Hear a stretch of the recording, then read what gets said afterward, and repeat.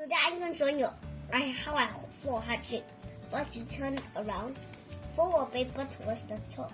Using this short part, fold it, then press it down and place it to like a line.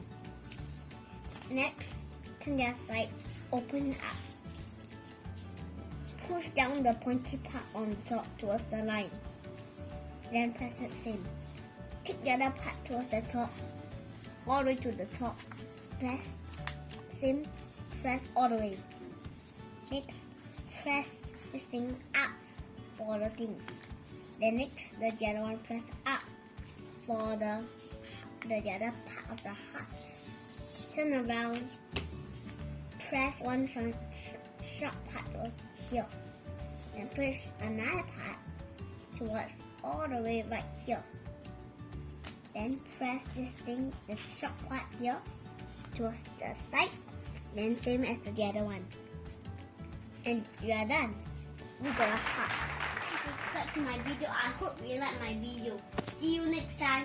Next time he's gonna watch my video. Spell my name. T